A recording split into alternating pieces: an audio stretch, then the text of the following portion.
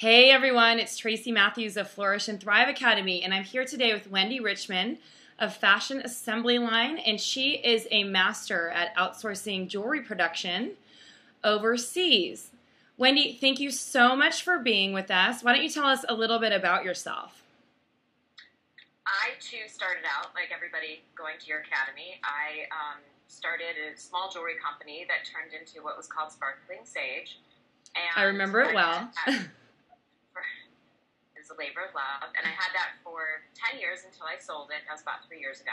And I used to do everything locally, so I completely understand the plight of and the challenge of what it is for designers, young designers especially, to try making jewelry locally.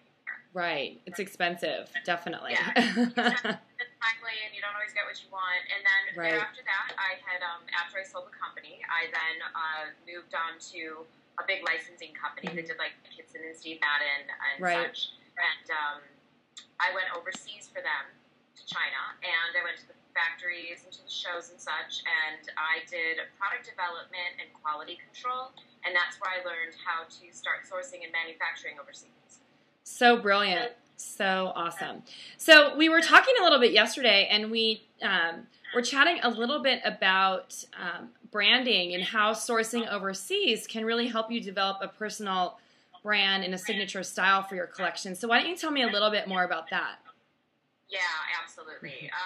Listen, if you are into doing gems, and obviously you're going to go to maybe even the best gem show you possibly can in Arizona, you're still not going to get your own creations. Right. So, like, for example, if you did development overseas, you can actually design your own gem shapes and have them cut for you and use them in your collections.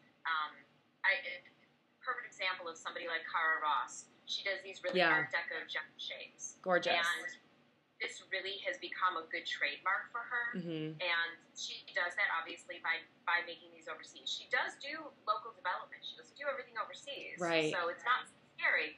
But you can really do certain trademarks for yourself and really brand your name by having your own particular look. Right. Yeah, I remember I designed this one collection for my brand years ago, and it was all done with rose-cut stones, and you could not find that anywhere. I had to have them all cut overseas. So it was really brilliant in that case. Yeah. Yes. Yeah. Yes. So why don't you tell me a little bit about some of the benefits of sourcing overseas? Price. I mean, price and time are two really big factors. People are always so concerned about the time frame. Manufacturing overseas, it's really probably the same as, or maybe even a little shorter than over here. But that's insane. When you're developing and you're sourcing. Oh, I'm sorry. Go ahead.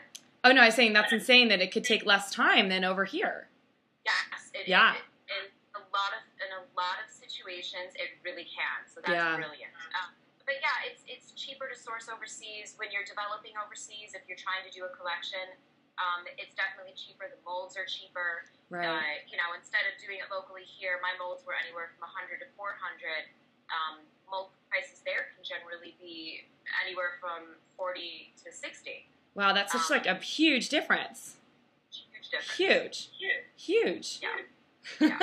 It makes all the difference in the world. It's sort of like, even for young designers that want to do like Oat Milk and Guild Group, and they don't want to do like huge volume, you don't have to, and it's great even for stores like that if you're lucky enough to get into them. Yeah, that's brilliant. Yeah, it does really help, because we did a couple of those flash sales, and we did all the production in-house for that. It took so long, and it was like a lot of work, and to have it done overseas seems like a brilliant idea. That's awesome. Yeah. So I wanted to ask you this, because I know a lot of designers are really intimidated by sourcing overseas. I know we just talked about the big vendors, but are there any other reasons why you think it would be a good idea to source your or produce overseas? Produce and source, because they're both two sort of separate things, but similar and tied together. Sure. Yeah.